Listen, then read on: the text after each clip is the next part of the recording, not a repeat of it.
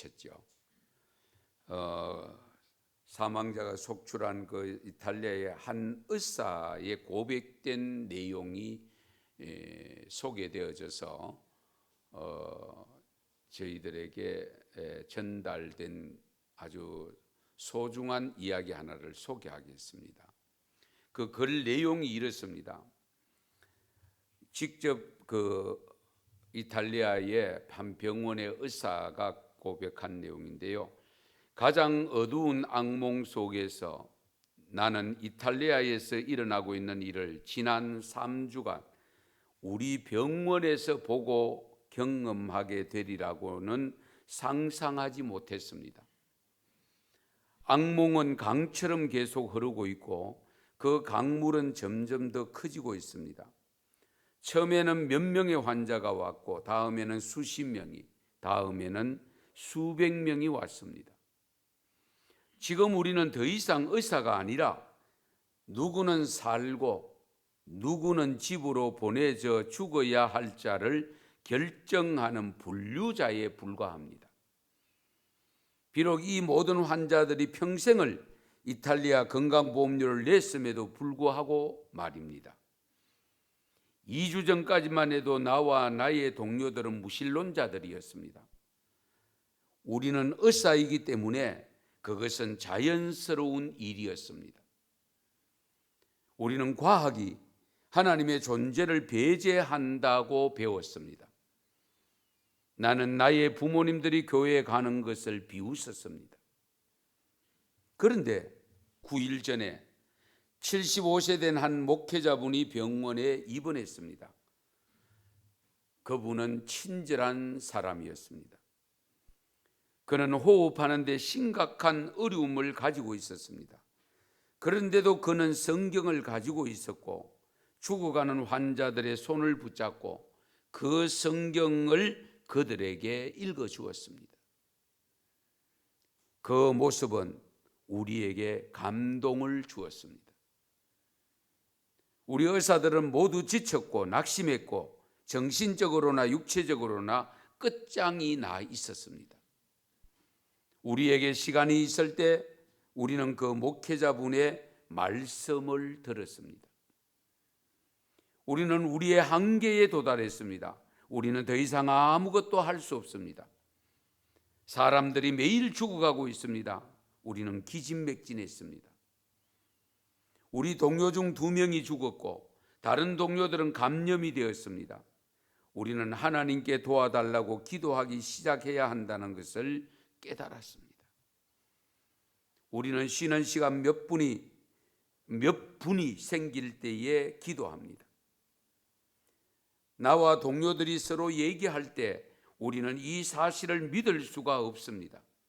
비록 우리는 언젠가 격렬한 불신자들이었지만 우리는 이제 매일 평안을 구하고 있으며 주님께 우리가 병자들을 돕는 일을 계속할 수 있도록 도와달라고 기도합니다. 어제 그 75세 된 목회자분이 죽음을 맞이했습니다.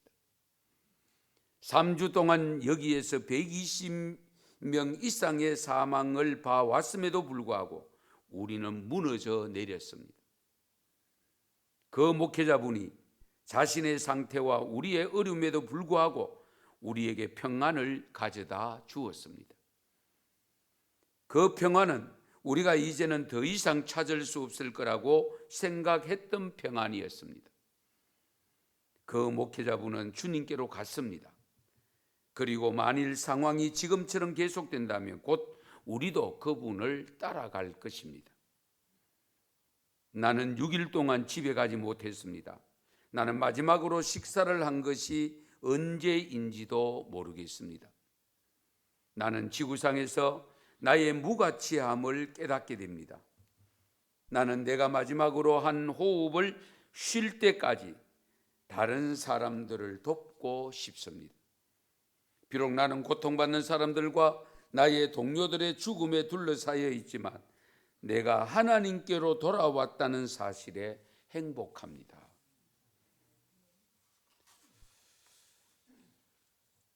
고난 중에 위로입니다.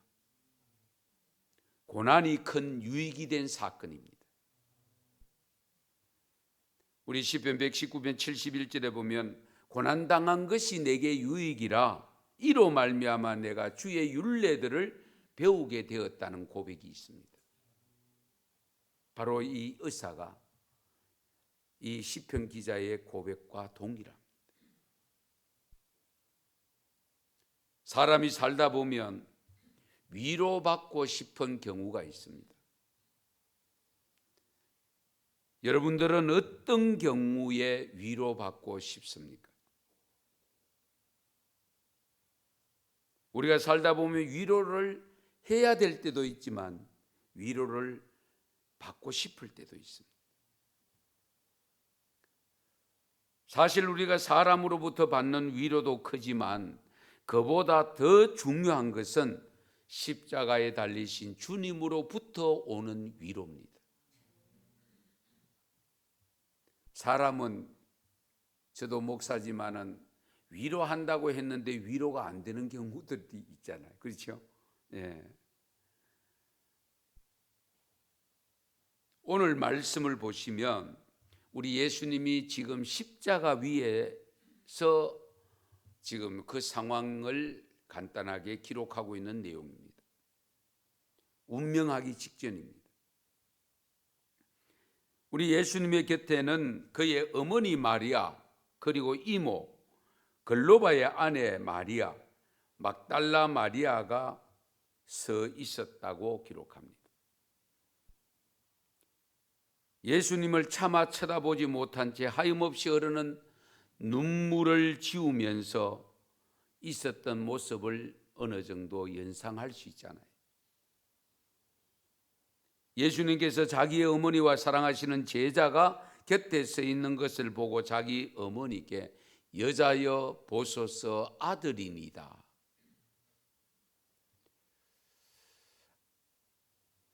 물론 예수님의 어머니 마리아도 예수님이 가는 길을 어느 정도는 알고 있습니다. 이미 예수님을 잉태할 때부터. 그럼에도 불구하고 33년을 같이 했던 아들입니다. 그 아들이 지금 십자가에 달려 있습니다.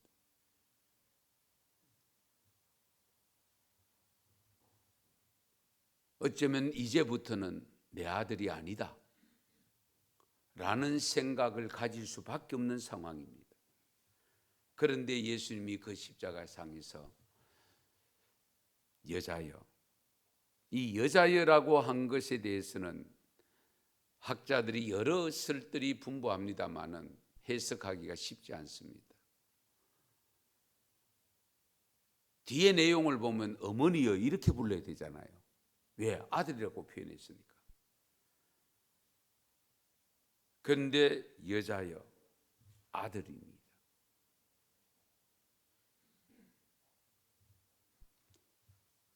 이 말을 들었던 마리아를 한번 생각해 보십시다.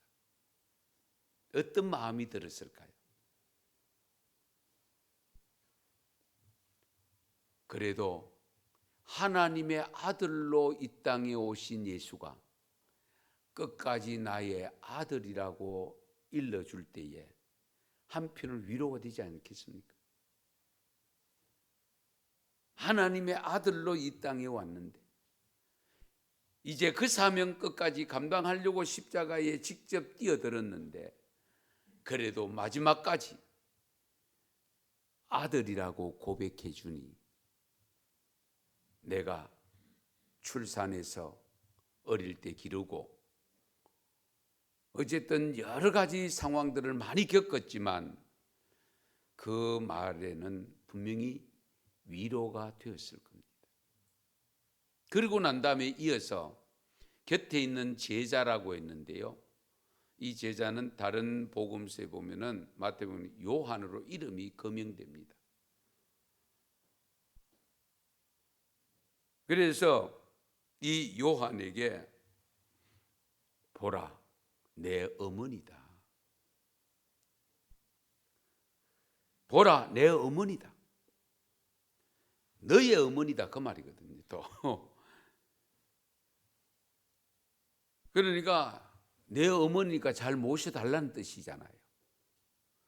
그래서 오늘 말씀을 보시면 그 제자가 자기 집에 모시더라 라고 기록합니다.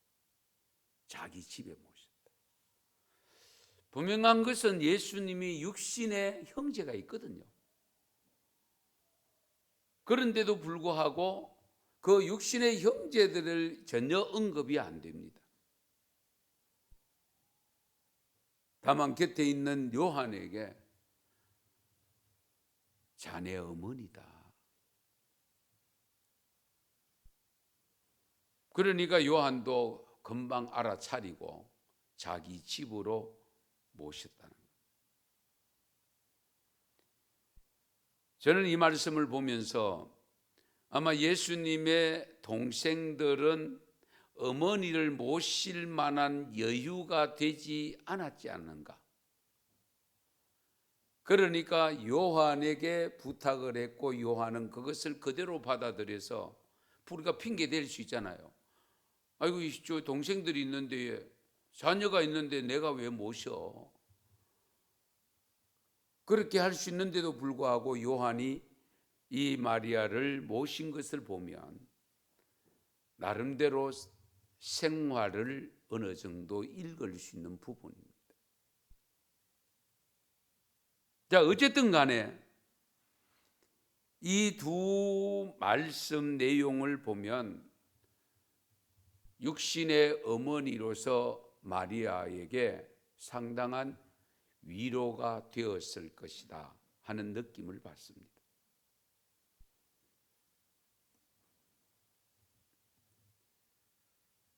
매사추세츠 주 보스턴 여러분 잘 아시죠? 1840년대에 후반인데 아일랜드에 감자 대기근 재앙이 일어났대요.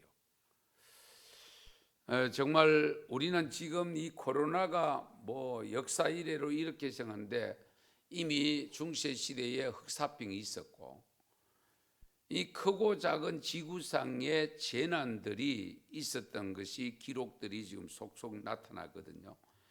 1840년대 후반인데 아일랜드에 감자 대기근 재앙이 일어났을 때 죽음을 피하기 위해서 위험을 무릅쓰고 대서양을 건넌 사람들이 기념하는 눈물의 큰 잔 건너기라는 제목의 명판이 있다고 합니다. 눈물의 큰 잔 건너기. 대서양을 가리켜서 그렇게 표현한 겁니다. 100만 명 이상의 사람들이 그 재난으로 죽었다고 합니다.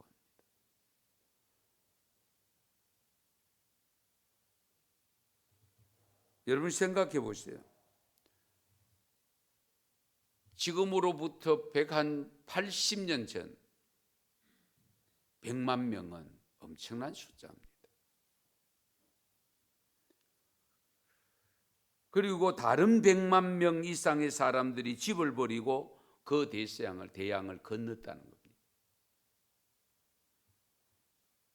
존 보일 오레일리는 그 대양을 시적으로 표현했는데 눈물의 큰 잔이라고 표현했답니다. 굶주림과 심적 고통으로 내몰린 그들은 절망적인 상황 속에서도 일말의 희망을 추구하고 있었다 하는 내용입니다. 굶주림과 심적 고통으로 내몰린 그들은 절망적인 상황 속에서도 희망을 추구하게 된 것은 시편 55편에서 다윗의 시에서 힘을 얻었다고 하는데 55편 찾아보십시오. 시편 55편입니다.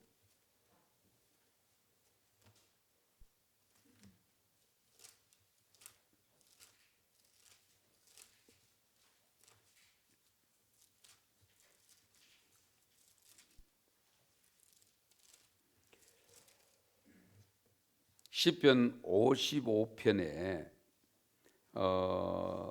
4절 5절 한번 보실까요? 4절 5절 같이 읽습니다. 내 마음이 내 속에서 심히 아파하며 사망의 위험이 내게 이르렀도다. 두려움과 떨림이 내게 이르고 공포가 나를 덮었도다. 나름대로 분위기를 읽을 수 있죠. 내 마음이 내 속에서 심히 아파하고 사망의 위험이 내게 이르렀다. 두려움과 떨림이 내게 이르고 공포가 나를 덮었다. 지금 우리 모습들 아닙니까? 그런데 다윗은 이 본능적인 반응으로 기도를 어떻게 하느냐? 6절 보세요. 6절 같이 읽습니다. 나는 말하기를 만일 내게 비둘기같이 날개가 있다면 날아가서 편히 쉬리로다. 아멘. 내가 날개가 있다면 날아서 편히 쉴 곳 찾아서 가겠다. 그러니까 진퇴양난. 갈 수도 없고 올 수도 없고 고스란히 겪을 수밖에 없는 그런 상황이라.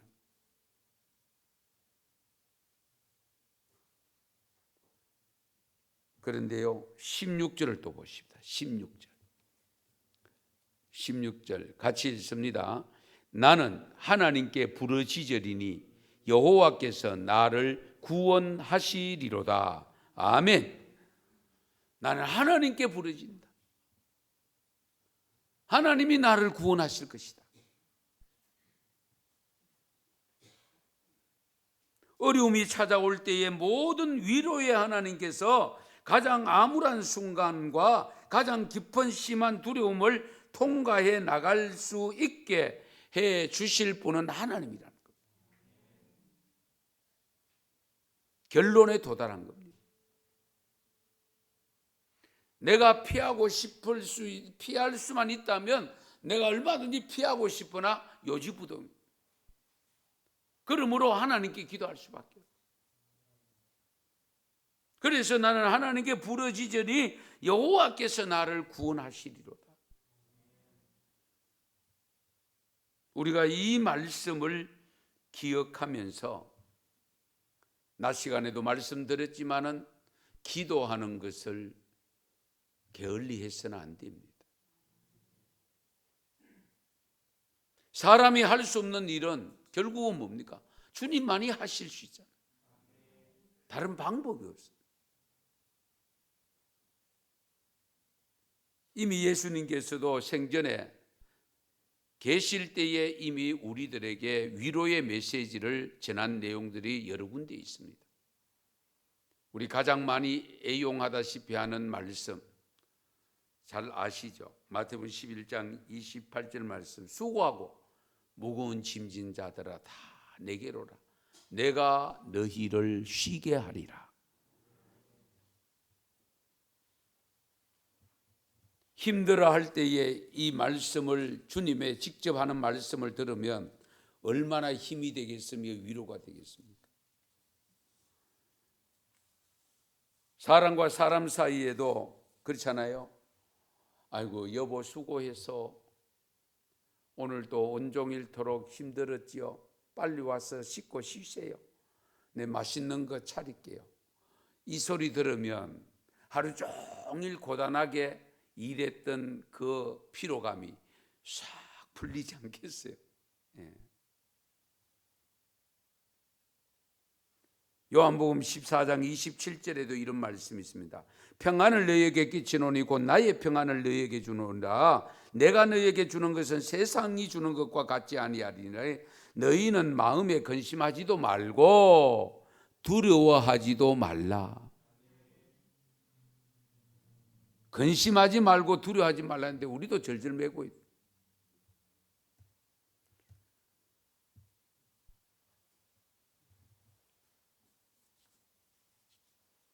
사실은 나는 괜찮은데 혹 나로 인하여 다른 사람에게 피해가 갈까 염려가 돼서 그렇지 않아요? 예. 나 한 사람 같으면 전혀 상관없죠. 가끔 밖에 바람 쉰다고 저도 한 바퀴 돌 때가 있습니다. 마스크를 잊어버리고 안 갖고 나가가지고 마스크 없이 다니면 내가 이상한 사람 같더라고요. 예. 왜? 사람들이 다 쳐다봐요. 그러니까 다 하고 있는데 안 하면 이상한 거예요. 그렇잖아요? 제가 새벽 기도 때 배려에 대한 말씀을 하면서 다 서가 있는데 앉아 있으면 안 되잖아요. 또 다 앉아 있는데 서가 있어도 안 되잖아요. 그렇잖아요? 우리가 같이 행동해야 되잖아요.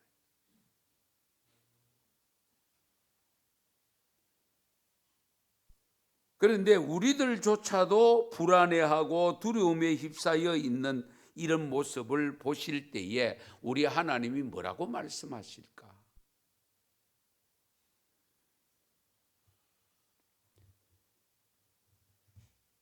세상 사람들, 즉 이 세상이 전부라고 생각하면서 사는 사람들과 이 세상은 나그네의 삶이고 영생이 있음을 믿고 사는 우리들은 분명히 달라야 되지 않겠어요? 그 다름이 좋은 일이 있을 때보다는 오히려 어려운 일이 있을 때, 극한 상황에 놓여 있을 때에 가치를 발휘하는 겁니다. 고난 중에서도 위로해 주시는 주님이 계시기 때문에 고난을 고난이라 여기지 아니하고 오히려 복의 통로로 받아들이는 삶의 자세가 중요합니다.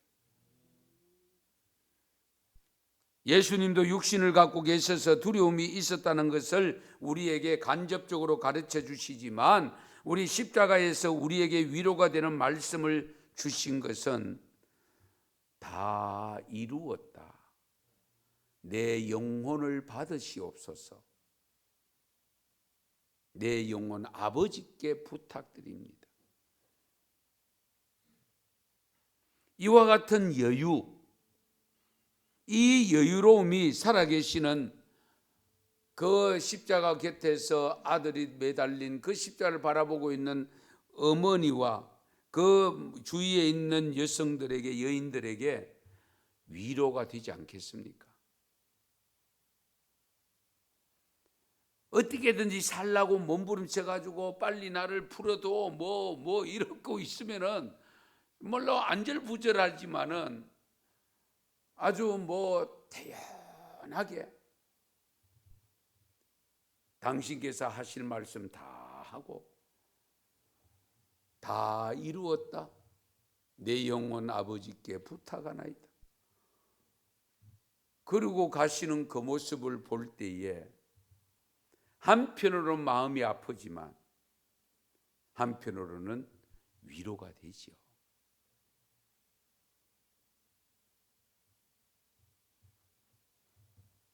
우리 시편 119편 49절에서 52절 좀 찾을게요. 시편 119편.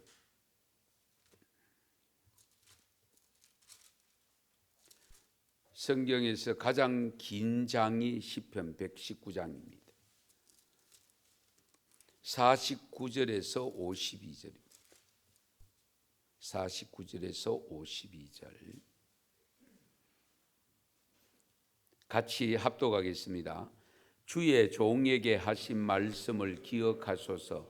주께서 내게 소망을 가지게 하셨나이다. 이 말씀은 나의 고난 중의 위로라. 주의 말씀이 나를 살리셨기 때문이니이다. 교만한 자들이 나를 심히 조롱하였어도 나는 주의 법을 떠나지 아니하였나이다. 아멘.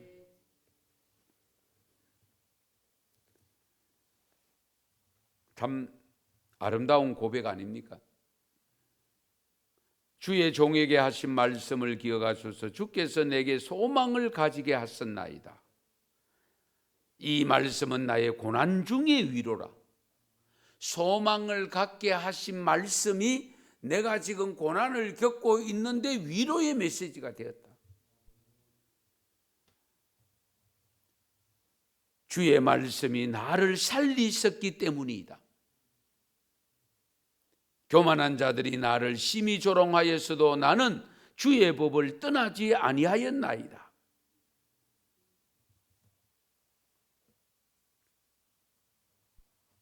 걸퍼전이 거의 끝날 무렵에 쿠웨이트의 한 정유소에서 큰 불이 났던 적이 있습니다. 그 정유소에서 난 불이다 보니까 불길은 순식간에 삽시간에 번져나갑니다. 송유관에 붙었으니까.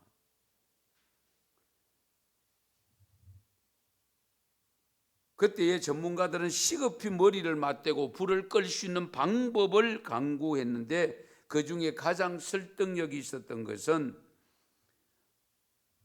그 사막지대 많은 모래를 가지고 하자.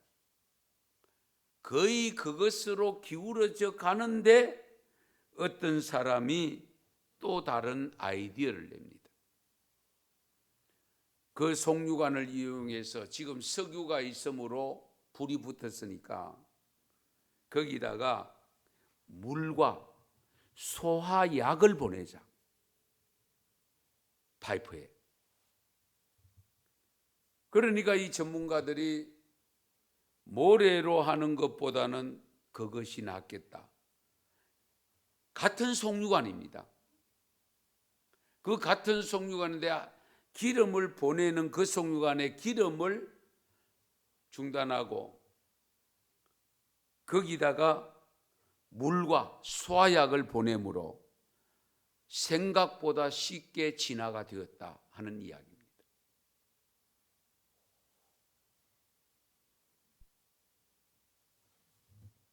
내가 하나님만 떠나지 않는다면 하나님을 믿는 것 때문에 닥쳐오는 환난도 시련도 기쁨과 영광의 순간이 찾아와서 환난을 이기게 된다. 할렐루야. 내가 믿는 믿음의 통로는 변함이 없습니다. 그러나 그 변함없는 믿음의 통로 속에서도 때로는 환난이 닥쳐온다. 그 삶의 통로를 통해서 우리는 그럴 때마다 전혀 엉뚱한 길로 피해가면 낫지 않을까 이런 생각이 찾아올 수 있습니다. 그러나 마치 여기 송유관에다가 물을 보내고 소화액을 보내므로 그 불을 빨리 진화할 수 있었던 것처럼 내가 믿음을 가지고 가는 그 길에 내게 닥쳐온 여러 가지 환난과 공고한 일들이 있을지라도 우리 하나님께서 다시금 주시는 말씀을 통해서 얻는 기쁨과 영광의 순간이 찾아오는 그 통로를 이용하면 승리하게 됩니다.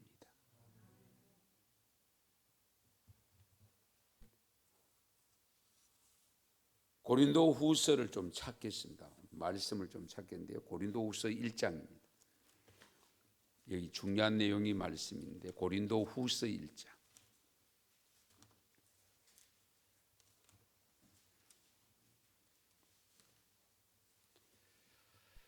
3절에서 11절까지인데요. 한 절씩 교독하겠습니다. 3절부터입니다. 찬송하리로다 그는 우리 주 예수 그리스도의 하나님이시요 자비의 아버지시요 모든 위로의 하나님이시며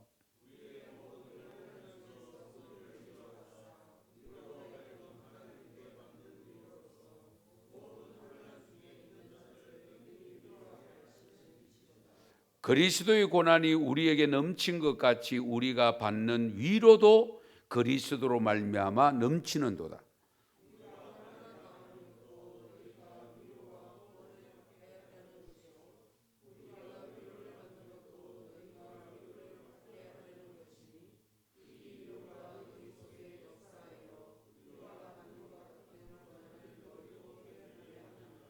너희를 위한 우리의 소망이 견고함은 너희가 고난에 참여하는 자가 된 것 같이 위로에도 그러한 줄을 알미라.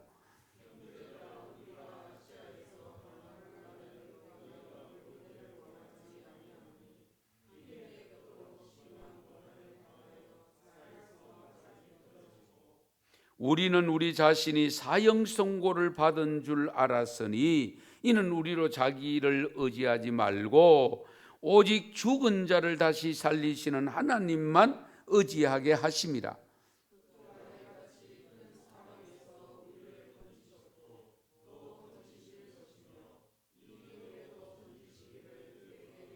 같이 읽습니다. 너희도 우리를 위하여 간구함으로 도우라. 이는 우리가 많은 사람의 기도로 얻은 은사로 말미암아 많은 사람이 우리를 위하여 감사하게 하려 함이라. 아멘. 이해가 되시는지 모르겠습니다.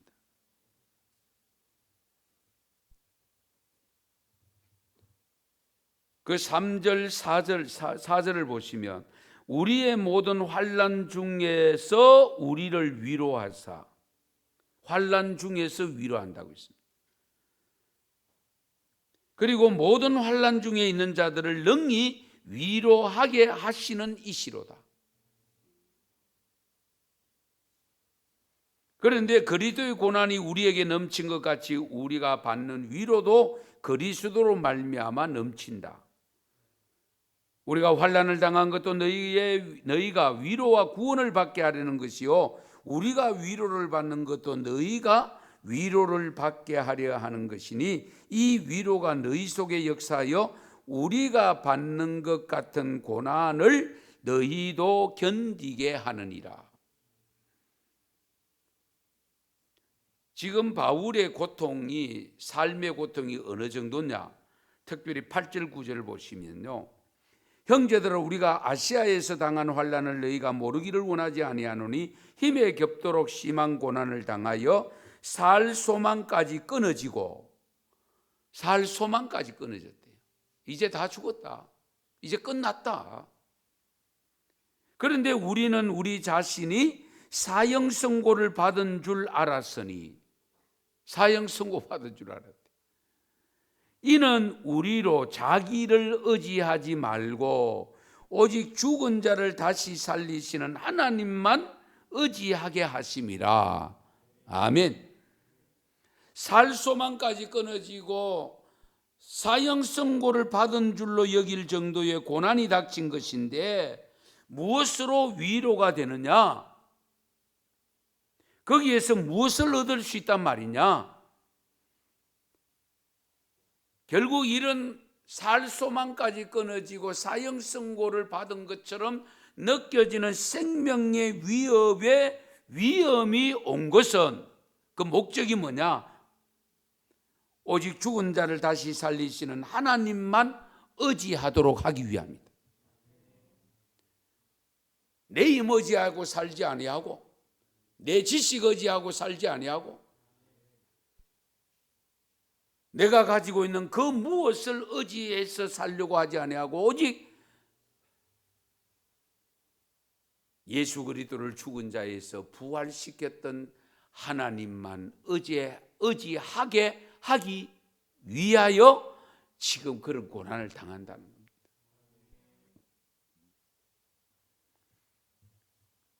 그러면서 또 다른 유익이 하나 더 있습니다. 11절을 보시면 너희도 우리를 위하여 간구함으로 도우라. 이는 우리가 많은 사람의 기도로 얻은 은사로 말미암아 많은 사람이 우리를 위하여 감사하게 하려 합니다. 자, 이런 신앙 갖는 것은 어렵습니다. 이 무슨 말인고 하니까, 이 우리라는 것은 바울의 일행들입니다. 이 바울을 비롯해서 일행들이 많은 사람의 기도를 우리가 무슨 기도를 하죠? 중보 기도를 하죠. 그러니까 바울의 고난을 아는 주위에 있는 많은 성도들이, 다른 이제 그 복음을 전해놓은 교회들이 소문을 듣고는 중보 기도를 하는데, 응답받은 자들이 결국은 어려움을 당한 그 사람에게 감사하게 됨을 바라기 때문에 자기들이 중보 기도해서 그 기도한 열매가 바울에게 나타나는 그 모습을 보고 참 감사하다, 그렇게 되도록 감사를 제공하기 위해서 자기는 지금 고통당하고 있다. 이 가능합니까? 내가 고통을 받는데 나를 위해서 중보기도하는 사람이 그 중보기도를 통해서 하나님의 응답을 받고 오히려 감사하고 있는 그걸 위해 내가 고통을 겪고 있다는, 이것은 정말 이 믿음이 아니면, 신앙이 아니면 이런 생각을 가질 수가 없습니다.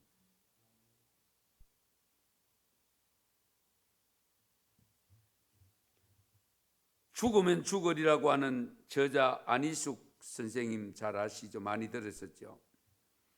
신사참배 운동을 반대하다가 일본 경찰에 의해서 잡혀서 고문도 많이 당하고 옥고도 치르신 분인데, 계속 이 운동을 함으로 인해서 일본 경찰에 결국 쫓겨서 숨어 지내는 경우가 있었습니다. 두려움의 대상은 일본 경찰뿐만 아니고 요걸 발견하고 이 일본에게 빌붙어 사는 우리 한국 사람들이 혹여나 발견되어지면 고발할까, 두려웠다는 겁니다. 이렇게 공포에 질려 숨어 있는 이 안희숙 여사님의 이 딸이, 그 어머니가 한 번은 이렇게 위로를 했답니다. 예전에 의사가 없던 시절 사람들이 병이 나면 큰 곤욕을 당했던 일들을 예를 들면서 그 딸에게 엄마가 이야기합니다. 너같이 아름다운 딸이 청춘을 세상 허영에 바치지 않고 생명의 주님께 대한 믿음을 지키고 주님을 사랑하고 순종하다가 죽을 수만 있다면 이 얼마나 큰 영광이냐. 주님이 너를 사랑하여 주심은 굳게 믿고 강한 힘을 내거라. 그 어머니의 그 딸이고 그 딸의 그 어머니입니다. 보통 사람 같으면 네 혼자 네가 그 여자의 몸으로 무슨 힘이 있다고, 네 안에도 다른 사람 할 사람 많으니까 잔죽고 있어라. 아마 보통 어머니들 같으면 그렇게 말하지 않겠습니까? 이 어머니의 말씀에 위로와 담대함을 얻은 안희숙 여사님은 우리 한국의 엘리야라고 부르는 박관준 장로님과 함께 일본으로 건너가서 결국 일본 고위 정치인들에게 한국에서 신사참배 강요의 부당성을 지적하고 제74회 일본 제국회의가 열리는 의사당까지 들어가서 한국 기독교 단합을 규탄하는 유인물을 배포하다가 체포되어서 결국 이 조선으로 압송을 당합니다.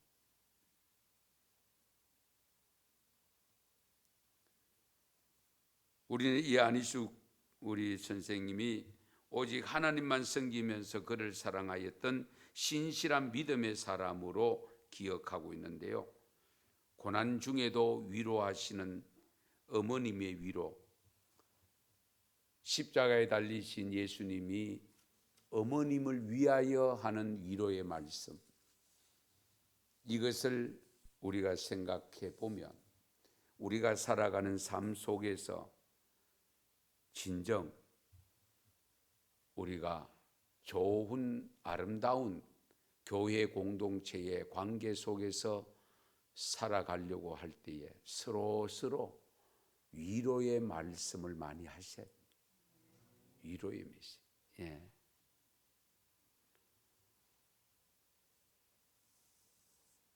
말이란 능력 있는 도구잖아요. 아무쪼록 우리 예수님께서 달린 십자가는 위로의 능력을 가진 십자가입니다. 이 십자가를 바라볼 때마다 예수님이 마지막 어머님에게, 요한에게 일러주었던 그 말을 생각하시면서 우리도 많은 말을 해서 좋은 것이 아니라 진정 한마디 한마디 아끼는 말이지만 그 말을 통해서 많은 사람이 위로를 얻고 힘을 얻고 믿음을 갖게 되는, 처음에 말씀드렸지만은 이탈리아의 그 의사의 고백, 부모님이 교회 다니는 것도 반대하고 바보짓이라고 생각했던 그 의사가 75살이 되는 노 목사님이 들어오셔서 죽음을 앞둔 것을 의사들은 다 알고 있잖아요. 그러면서도 그 환우들을 120여 명을 찾아다니면서 성경을 읽어주고 권면해주고 하는 그 모습을 보면서 본인이 신앙 회복한 것이 가장 큰 행복이었다는 고백을 하는 바로 그런 역사들이 저와 여러분에게도 일어나기를 축원합니다. 기도드리겠습니다.